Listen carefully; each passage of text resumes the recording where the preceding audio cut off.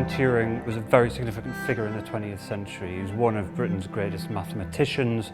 He was a codebreaker. He was a philosopher. He died in 1954, aged just 41. He touched so many aspects of science, of technology, and of our everyday lives today. We wanted to look at his life and his legacy here in the 21st century.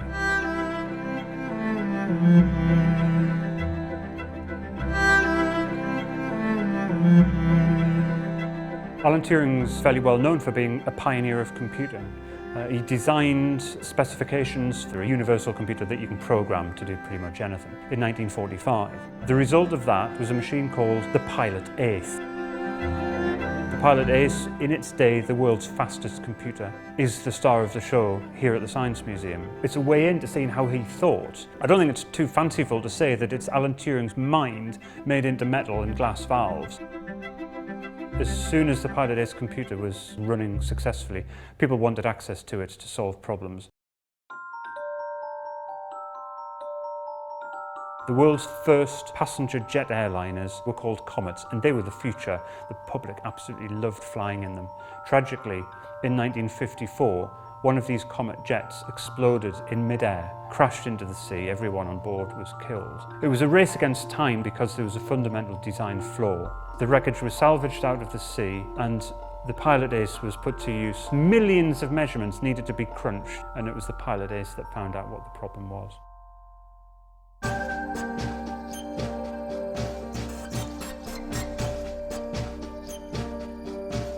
It was very important to us that we chose a biographical focus to the exhibition. It's not just a story of like a lone genius. He was working with many other people. It's been very interesting for us to kind of track the threads of some of his motivations. We were very pleased to be able to show a rather moving set of archives lent to us by the family of a boy called Christopher Morcom, written by Alan Turing when he was a teenager at school in Dorset. Christopher Morcom was in the year above Alan Turing at school. Alan Turing was absolutely besotted with him. The tragedy came when Christopher Morcom died, aged 18, from tuberculosis. Alan Turing was heartbroken, and from that moment on he started to think about ideas about whether the mind could live outside the body. And he started to sketch out these ideas in an extraordinary set of writings, including one called The Nature of Spirit. And that's very much what he was working on later in his life.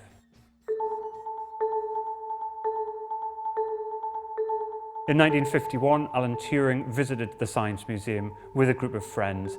One of the exhibits that he came to see was a set of cybernetic tortoises invented by somebody he knew quite well, William Gray Walter. They kind of chase light and they'll avoid obstacles and so on. And Turing was really taken by them. When he visited, he was able to work out how they operated.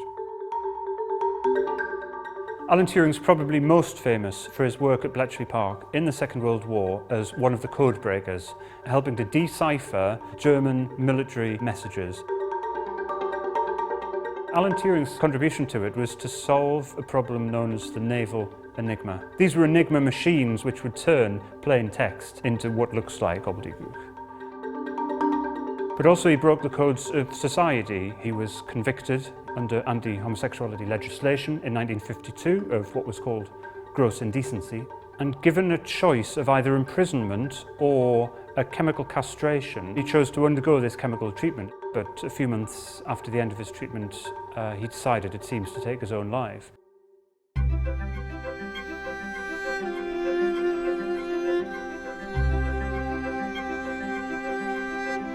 Alan Turing's work was so diverse that it's kind of hard to track exactly what the legacy is today. But every time we use a computer today, we're enjoying the legacy of Alan Turing and other computing pioneers. I mean, it's not just computers on desks, it's absolutely everywhere. It's embedded in the 21st century.